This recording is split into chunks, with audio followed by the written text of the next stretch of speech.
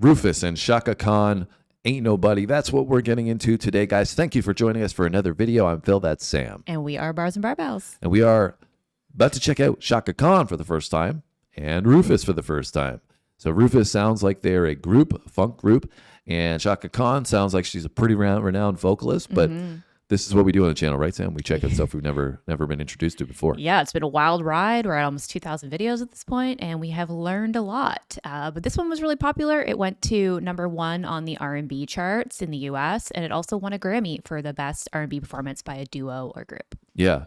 Brief introduction, as we were reading, it's looked at as one of the best funk R&B songs of all time. Yeah, I guess we'll be the judge of that, guys.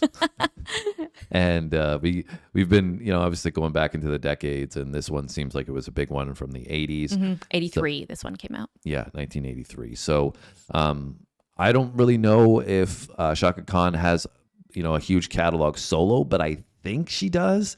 Obviously, this is a collaboration here, and I think they did a collaboration album, and that's where this is from.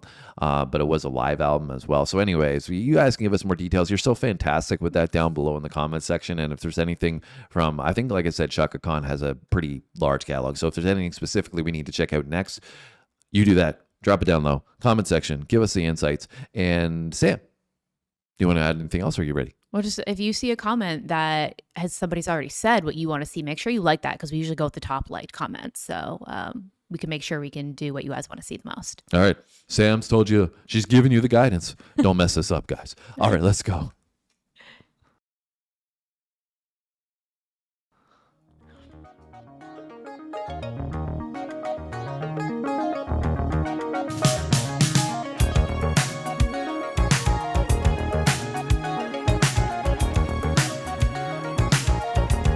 Little futuristic.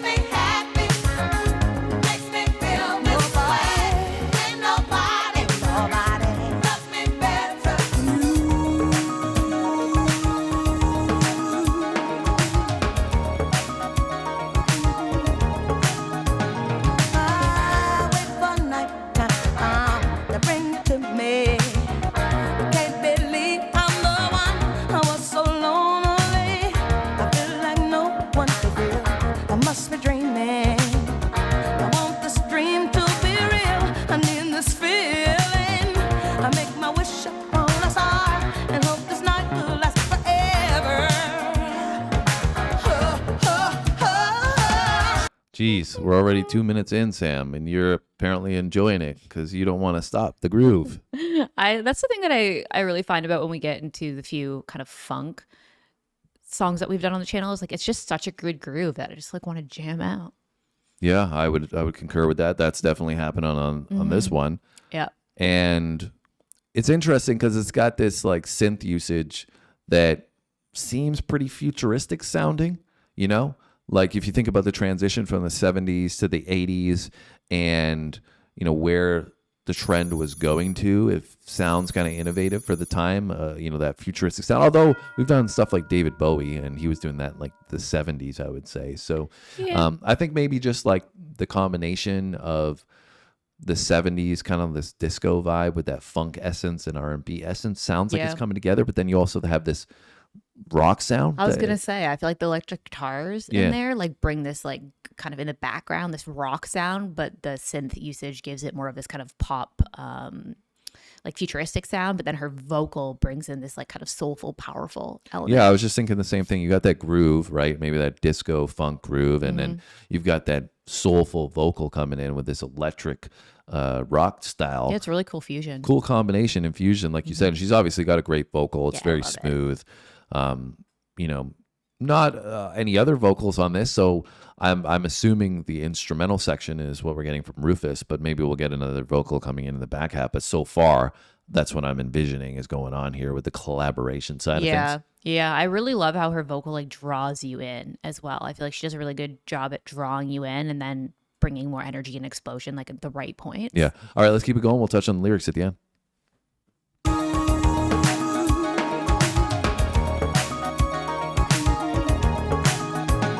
I wait for nighttime to bring you to me. Can't believe I'm the one. I was so lonely. I feel like no one to feel. I must be dreaming. I want this dream to be real. I need this feeling. I make my wish upon a star and hope this night will last forever. Ain't nobody loves me better than makes me happy this way. Makes me feel this way. Ain't nobody loves me better. Ain't nobody loves me better than you. First you put your arms around me, then you put your charms around me. Got a feeling most would treasure, and a love so deep we cannot measure. Ain't nobody loves me better. Can make me happy this way. Feel this way. Ain't nobody loves me better. Nobody. Ain't nobody loves me better. Nobody, baby. Ain't nobody. Baby, loves me better. I feel just like happy. So much love can't feel the way. Don't want love. Now I know love if I make one scream. Woo!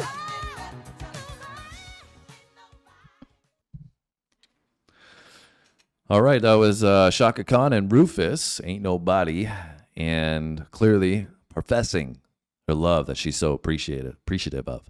Yeah, I think it's just one of those feel good songs where you just feel like the person is like, all consumed in this love that just feels so perfect. And I think that I've heard the chorus before at weddings, if I'm not mistaken.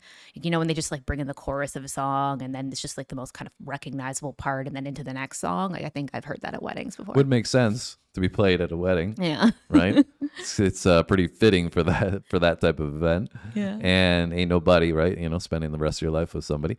And It's pretty appropriate. is there anybody that it reminds you of from our era, Samantha, as a female vocalist? I'm just seeing if you're on the same wavelength as me at all. No, I didn't think of anybody Okay. while I was listening, like off the top of my head. So I say this with great compliments because obviously I need to reference it to something of my era and my upbringing.